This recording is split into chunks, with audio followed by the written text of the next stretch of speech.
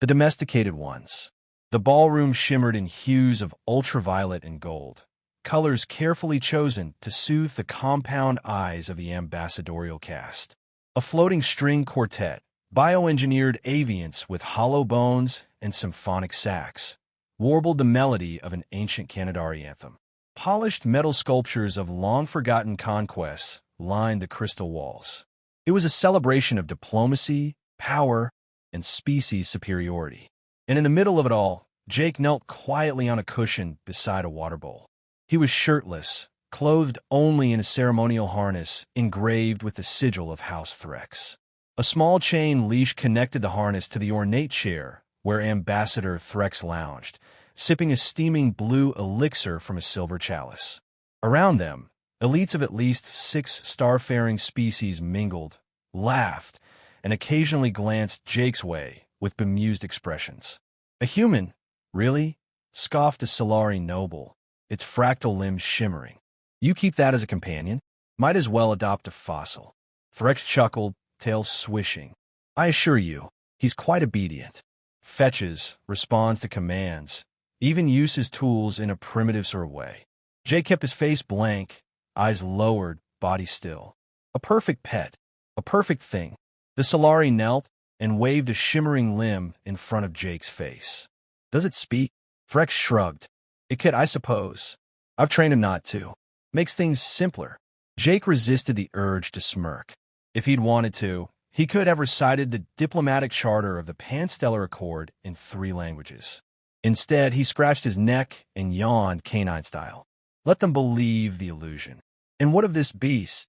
Another guest pointed at the large quadruped lying beside Jake. It looked like a monstrous cross between a mastiff and a wolf, with dense black fur and intelligent amber eyes. Ah, said Threx with pride, Roca, genetically tailored by Canadari bio-weavers. Half warhound, half diplomat's guard. Grew up beside the human. They're practically littermates. Roca huffed, ears twitching. Jake gave him a sidelong glance, and the beast flicked its tail in response, subtle, unnoticeable unless one was watching for it. They were communicating. Of course they were. They'd been doing it for years. The walls of Threx's estate on Calirian Prime were more like a gilded cage. Jake knew every hallway, every blind spot. At night, he walked freely inside his designated quarters, monitored but trusted. After all, what harm could one human do? He often lay awake, staring at the holographic stars dancing across the ceiling. Roca snored beside him, massive head on Jake's lap. The warmth of the animal's breath was comforting in this alien world. Tonight, Jake stroked behind Roca's ears gently and whispered, "They think we're tamed." Roca huffed quietly. "They don't understand that we were never pets. We just adapt." He thought back to Earth, now a quarantined ruin. The orbital bombardments, the engineered plagues, the puppet governments. They came fast, overwhelming, and merciless. The Galactic Council declared Earth a failed state and divvied its people as resources, some to labor colonies, some to breeding centers, and a select few to the exotic pet market. Jake was one of the latter. Former special forces captured during a black ops extraction. Instead of killing him, they caged him, muzzled him, and over time, marketed him. "You are a rare breed," the auctioneer had said. "Combat-trained, neuro-augmented, even bilingual. An apex specimen." Now he was little more than a status symbol for an alien elite who thought human intelligence stopped at throwing sticks. They were wrong. So very wrong. A week later, the transport ship Crown of Suns descended into the shimmering atmosphere of Tarsus V, site of the annual diplomatic summit. Threx brought his prized human and warhound for prestige. Only the wealthiest and most influential dared flaunt legacy pets, like humans, at such an event. In the docking bay, dozens of humans lined cages. Most were gaunt, glassy-eyed, and silent. Jake met their stares without a word. Some looked away. A few held his gaze just long enough. He noted the patterns etched into their skin. Carefully carved scars, imperceptible to most, but clear to trained eyes. Signals. There were more of them here. The movement wasn't dead.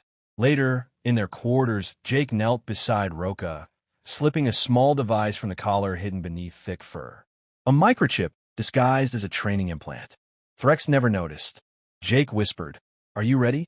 Roka grunted softly. He activated the device. A flicker of static, a flash of data, and suddenly Jake was connected. A primitive network. Dead drops, relay nodes, silent beacons embedded in the very walls of the station. It had been building for years. Quiet. Invisible. Waiting. Jake spoke to the hidden comms node.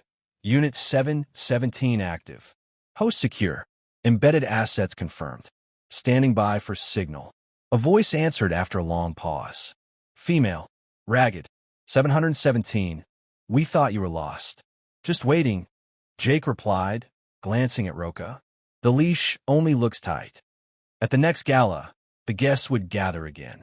They'd laugh, drink, and mock the idea of humanity ever being more than a cautionary tale.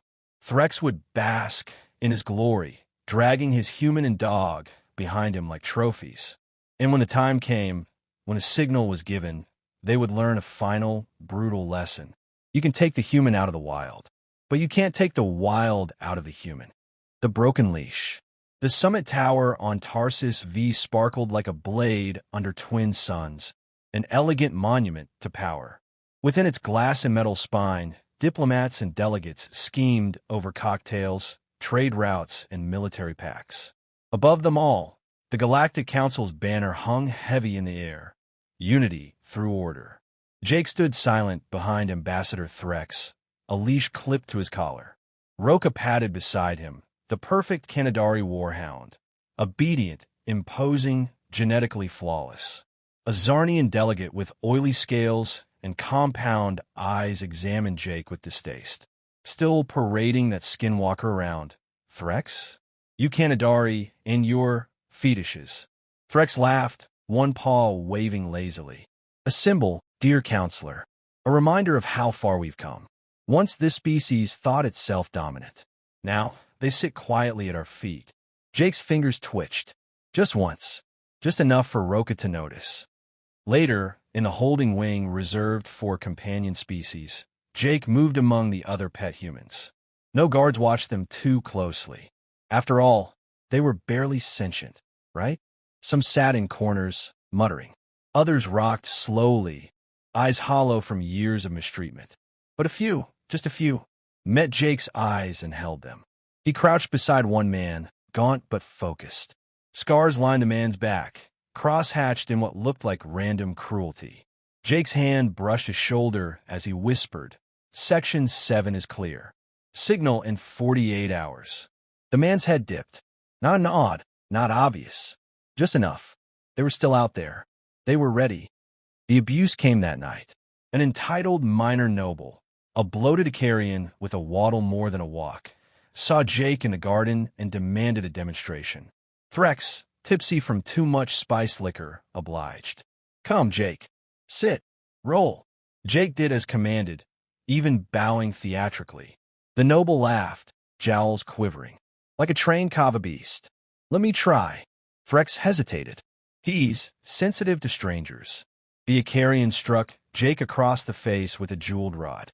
"Obey me, animal." Roka snarled. A low, guttural rumble that stopped conversation 50 meters away.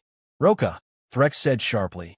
The hound froze mid-lunge, eyes locked on the noble. One more heartbeat and there would have been blood. Jake stayed on the ground, cheek bruised, tasting copper. Later, behind closed doors, Threx paced in fury. "You embarrass me. Do you know how delicate the summit is?" Jake knelt silently. "You're lucky I don't have you reconditioned. We're sold off." Then the blows came. Not savage, but deliberate, measured. A reminder. Jake endured in silence. Roka stood in the doorway, whining lowly, torn between instinct and command. Afterward, Jake limped back to his chamber. Roka followed, pressing close to his side. When Jake collapsed onto the bedding mat, Roka licked his swollen face gently. "I'm okay," Jake whispered. "Soon. We're almost there." Flashbacks came in waves as he drifted.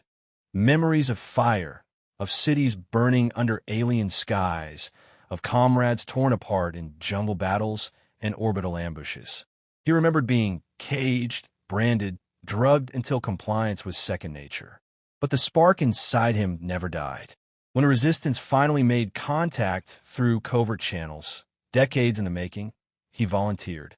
"Embed me," he said. "Put me where they think we're weakest." So they did. He was bred to be underestimated. And now, the leash was fraying.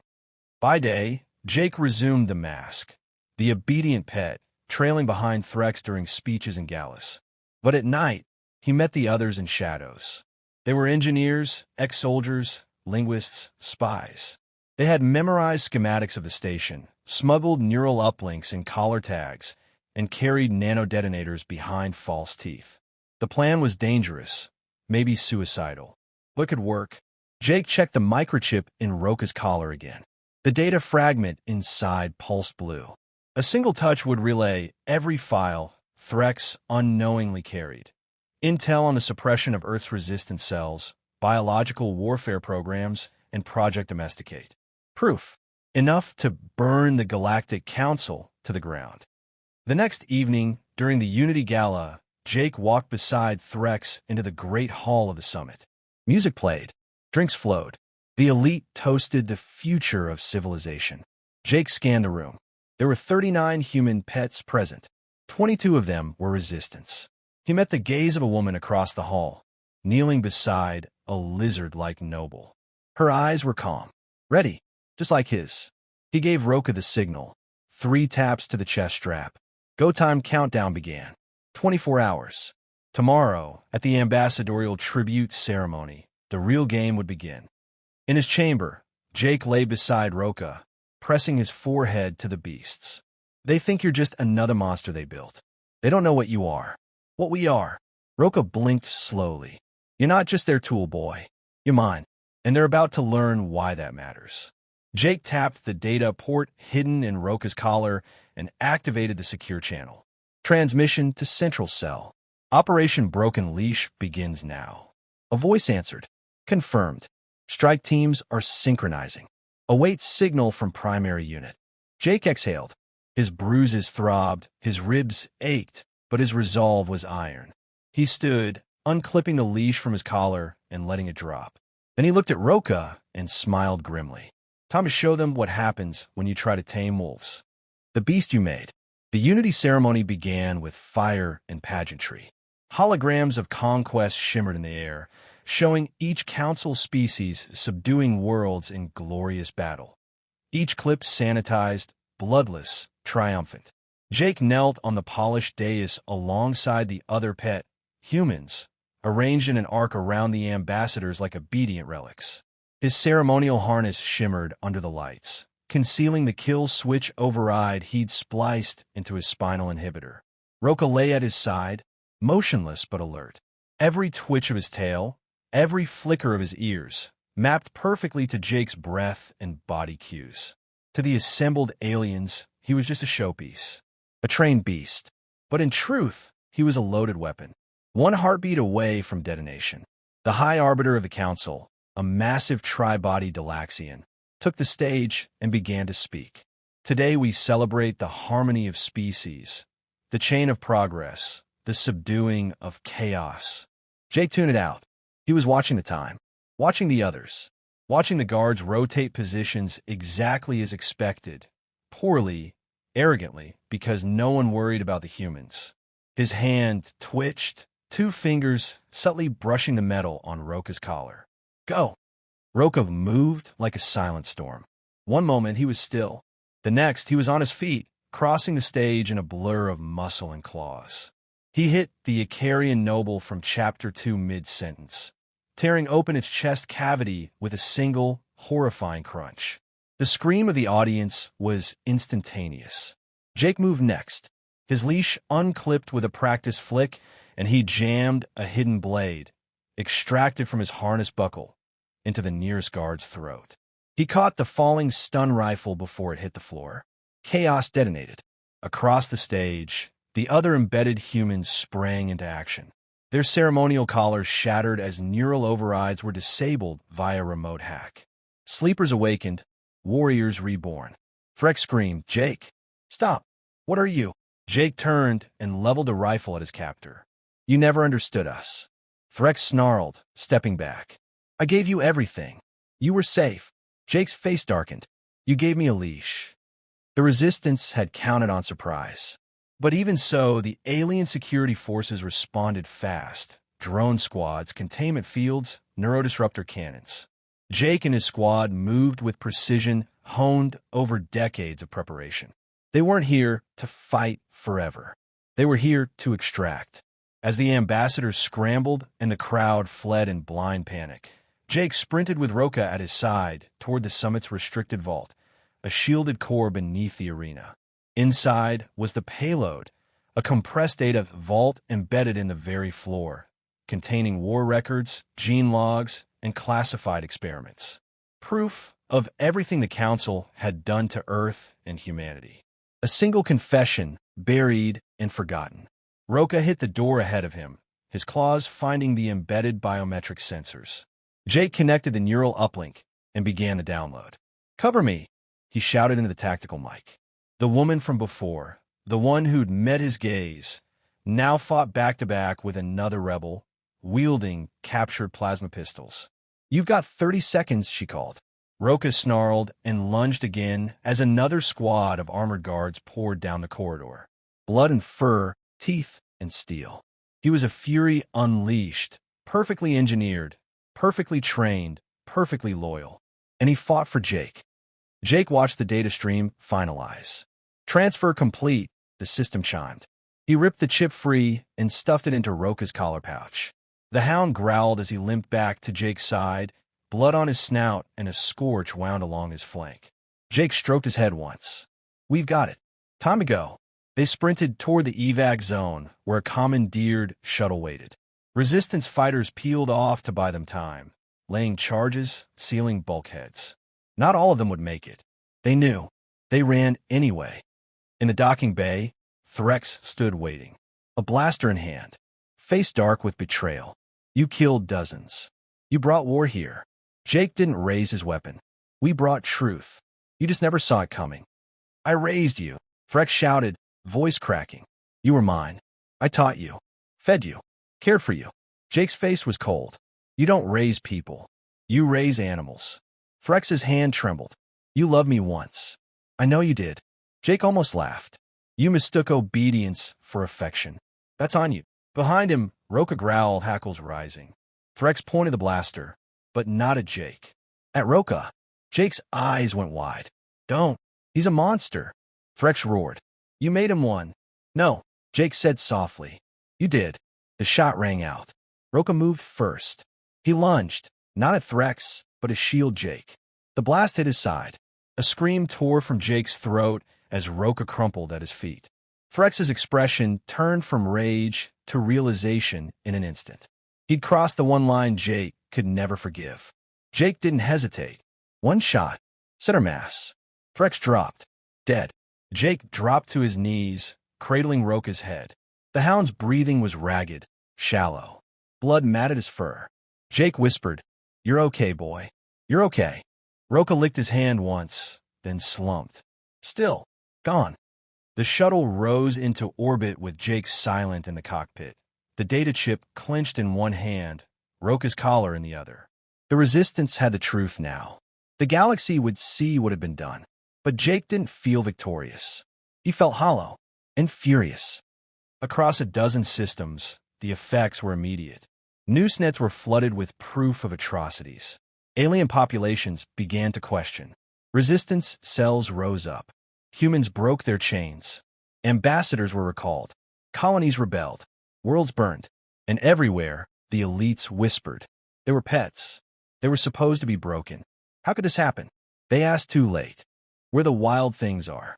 They called it the rewilding. When the Resistance broadcast the Dominion files across the galaxy, the effect was instantaneous and irreversible. Centuries of well-manicured propaganda unraveled in days. The footage, the genetic archives, the slaughter manifests. Each was a dagger in the heart of the lie. Humanity hadn't been tamed. It had been cornered. And now, the beast had stopped playing nice. On 1,000 worlds, human enclaves rose from subjugation. Shackled laborers became insurgents. Pet class facilities burned under coordinated strikes. The council called it terrorism. The people called it awakening. Jake walked the outskirts of Freehold, one of the first human-controlled settlements in over 60 years. It was rough, built on the bones of an abandoned slave transport depot, but it pulsed with life. Children laughed as they learned to speak in their native tongues. Old soldiers trained young minds in strategy, not obedience. Flags made of stitched cloth and burnt plastic flapped in the sulfur wind. It wasn't paradise. It was something better. Home. Jake wore Roka's collar on his belt now, its polished tag like a medal. The Warhound's sacrifice had become legend. There were murals of him on crumbling walls. Songs sung in his honor. The aliens had bred Roka to be obedient, savage, controllable. But he chose his master. He chose humanity. He chose Jake. The new Resistance Council met in the hollowed-out husk of an orbital station once used to catalog specimen-grade humans. Now it housed leaders, scientists, and freedom fighters. Jake was there by invitation, though he hated the politics. He stood before the table, data chips and battle logs in hand. "This is what's left of the Canadari gene vaults," he said. "The Council didn't just experiment on us. They spliced human aggression into their animal lines." Roka was proof. "Are you proposing we use their tech against them?" one delegate asked. Jake's jaw tightened. "No, I'm saying we stop pretending this isn't what they made us into. They made us monsters." Jake shook his head. "No, they made us remember." Silence hung for a moment. Then came a voice from the back. One of the elders, a woman who had survived 4 camps. "Where do we go from here?" Jake looked around. "We stop hiding. We stop kneeling. And we make them understand the one truth they tried to bury." He held up Roka's tag. "You don't leash the wild." Retaliation came swiftly. The Council launched orbital strikes on reclaimed zones, targeted assassinations, and viral countermeasures. But the wild doesn't die easy. Humanity had adapted once to survive in chains.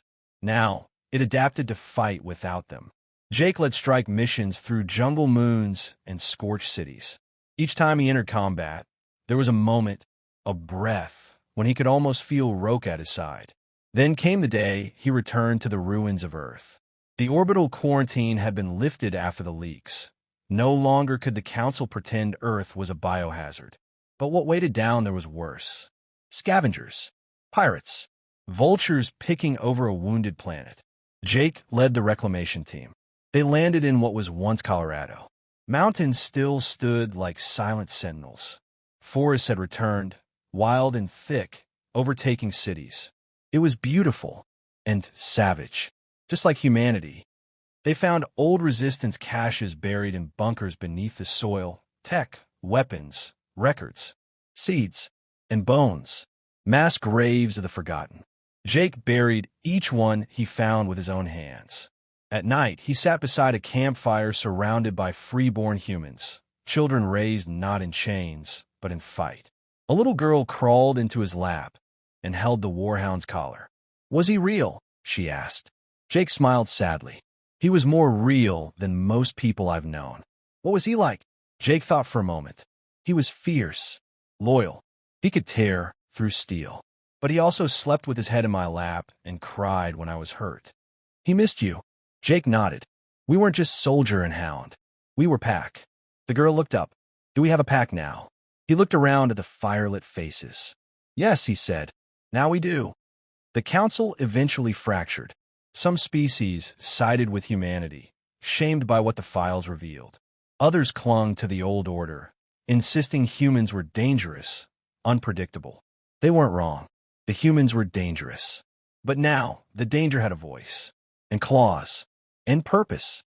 Years later, on the 10th anniversary of the Summit Rebellion, Jake stood on the steps of the rebuilt Galactic Forum. This time not as a pet, but as a speaker. He wore simple clothes. No medals, no weapons. But on his belt, the worn collar still hung. The crowd was vast, humans and aliens alike. He stepped to the podium. "When I was a boy, they told us that obedience would keep us safe. That if we followed orders, bowed when told, smiled when kicked, we'd survive." He paused. "I survived, but I was never safe. I wore chains made of lies. He held up the collar. This was Roka's. They bred him to be savage when commanded, docile when fed. They thought they built the perfect beast. He looked out at the sea of faces. But they made a brother. And when they tried to hurt me, he chose to be wild. Not because he was broken, but because he was free. He leaned forward. You don't leash what's wild. You run with it.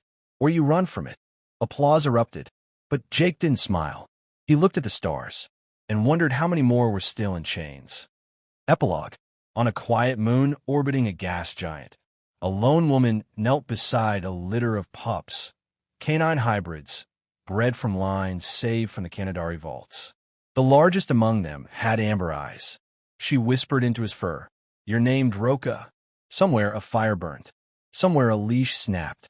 And somewhere else, far away, another empire began to tremble.